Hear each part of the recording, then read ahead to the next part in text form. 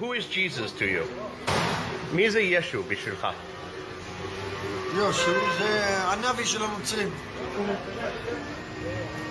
אתה רוצה להוסיף משהו? לא, בנושא הזה בכלל לא. הנביא, האלוהים של הנוצרים. אוקיי. בן אדם טוב היה, אללה ירחמו. הוא היה צדיק. כן? כמו משה רבנו שלנו. כן. מה? צריך לכבד. כמו שיש את מוחמד, יש את ישו, ויש את האלוהים שלנו, ויש את משה רבנו שלנו. היה בן אדם טוב, הוא היה איתי בקייטנה ביחד. Who is Jesus to you? Oh, it's a hard question. A cousin. No. I don't know. Okay. I guess, for me it's nothing. Okay. I guess it's someone for people who consider themselves Christian, but for me it's nothing. Okay. מי זה ישו בשבילך? ישו זה מייסד דת הנצרות. אוקיי. אני חושב שמה שהם רוצים לדעת זה למה אנחנו יהודים לא מאמינים בישו, שהוא המשיח, כאילו. קודם כל אני בחורה דתייה. מאמינה במה שהיהדות שמה לפנינו. ישו הגיע אלפי שנים אחרי. גם היה יהודי, אבל הלך לדת אחרת. הקים דת אחרת. השאלה הראשונה זה מי זה ישו בשבילנו, בשביל היהודים? איזה עמדה יש לו? ישו נולד לאמא יהודייה, או בעיקרון יהודי, והנוצרים לקחו אותו כמנהיג שלהם. אוקיי. הם טוענים שהוא לא נולד מאמא בכלל, הוא כאילו... מאבא, כאילו אבא שלו אלוהים, כן, נכון. אבל אנחנו יודעים שהוא נולד כן מאבא. אוקיי. מאיפה אנחנו יודעים בעצם? זה מובן בתלמוד. למה אנחנו לא מאמינים שמה? שהוא המשיח. למה כן? למה שנאמין? מה ההסבר שהוא כן המשיח? אני לא יודע, אני לא נוצרי, אני יכול להסביר לך, אבל יש להם בטח סיבות, אבל למה הוא לא? אוקיי, אני אוכל להתווכח איתך שתגידי לי את הטענה שלך. זהו, אני לא יודע מה הטענות, אין לי מושג. האם נשמע משהו? אני צריך להכין מראש, סורי נוצרים, אין לי מושג.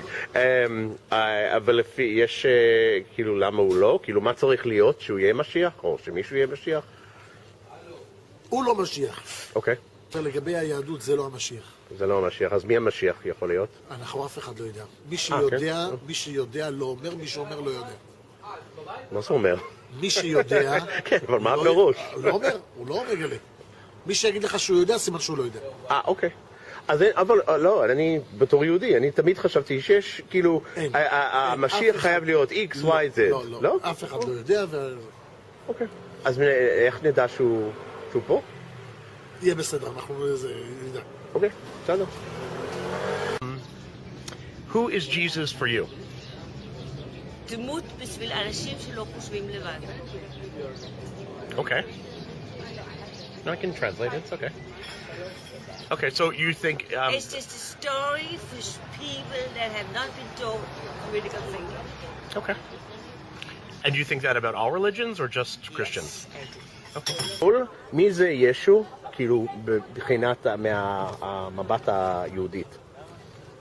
יש גמרא על ישו במסכת סנהדרין, שהוא היה תלמיד של תנא, אבל הוא כפר בעיקר. הוא יצא לדרך שהיא לא הדרך של היהדות.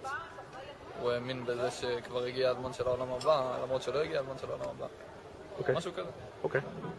מה להוסיף? שאתה יודע.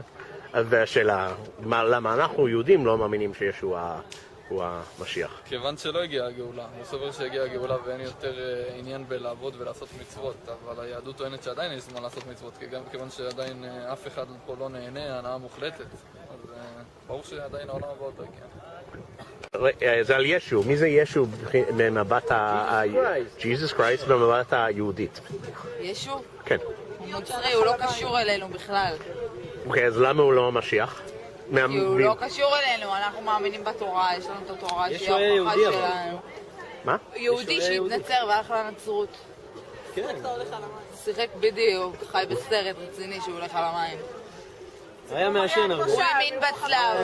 הוא האמין בצלב. אנחנו יש לנו את המגן דוד, יש לנו את אלוהים שבשמיים, אנחנו מאמינים בתורה שאלוהים נתן לנו בהר סיני. וזהו. אנחנו לא מאמינים בישו, ישו בכלל לא קשור אלינו, אין לנו קשר לישו. אוקיי. יש לנו את התורה שממנה אנחנו מאמינים, חוקים, הכל יש בתורה. מי זה ישו בשבילכם? ישו זה מייסד הנצרות. זה לא מדויק היסטורית, אבל הוא נחשב למייסד הנצרות.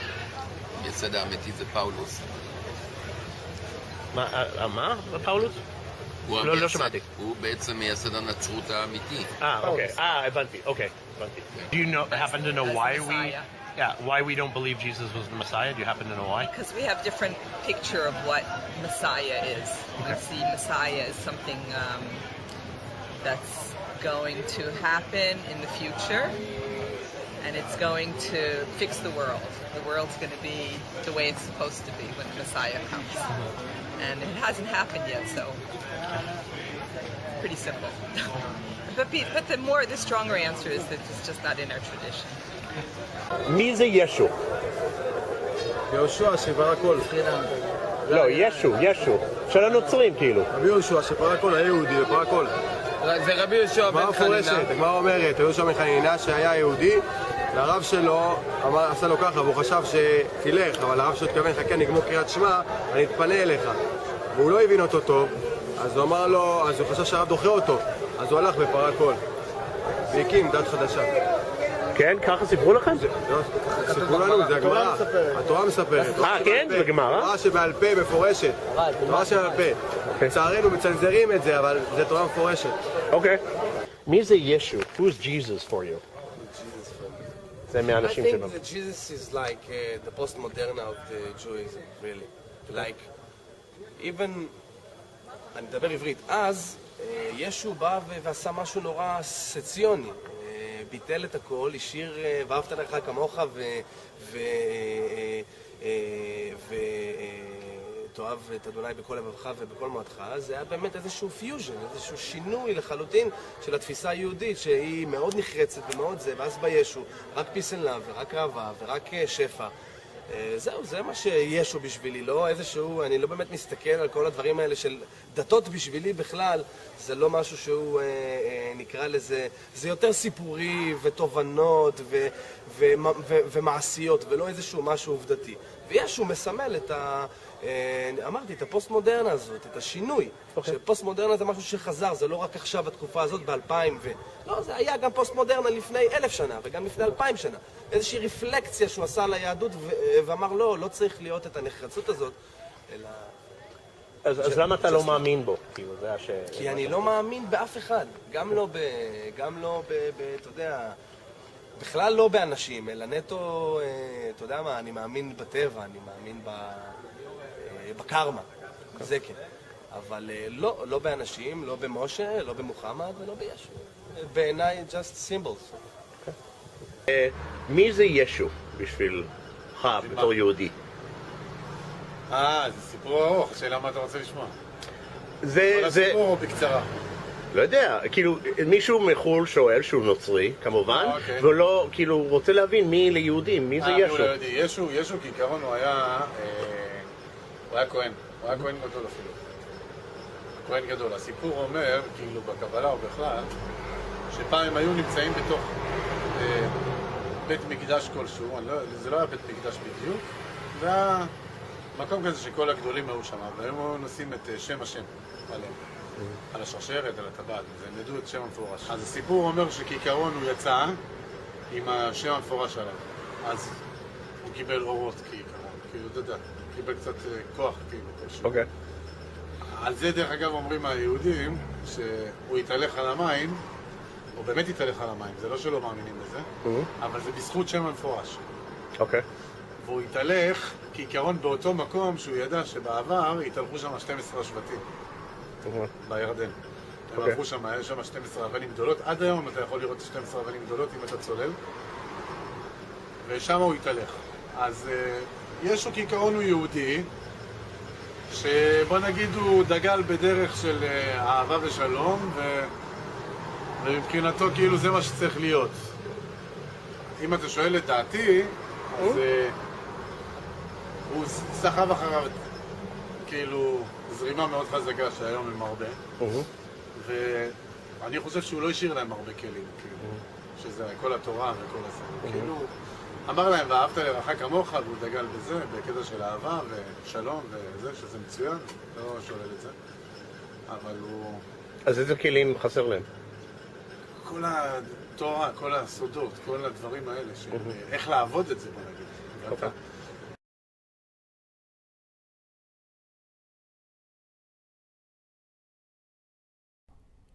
Ils lui dirent donc, où est ton père?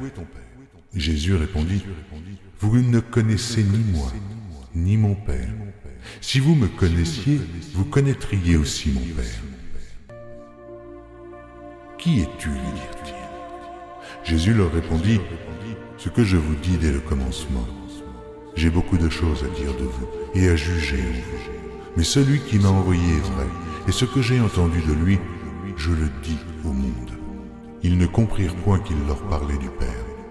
Jésus donc leur dit, quand vous aurez élevé le Fils de l'homme, alors vous connaîtrez ce que je suis, et que je ne fais rien de moi-même, mais que je parle selon ce que le Père m'a enseigné.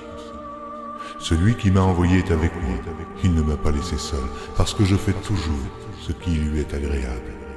Comme Jésus parlait ainsi, plusieurs crurent en lui, et il dit aux Juifs qui avaient cru en lui, si vous demeurez dans ma parole, vous êtes vraiment mes disciples. Vous connaîtrez la vérité, et la vérité vous affranchira.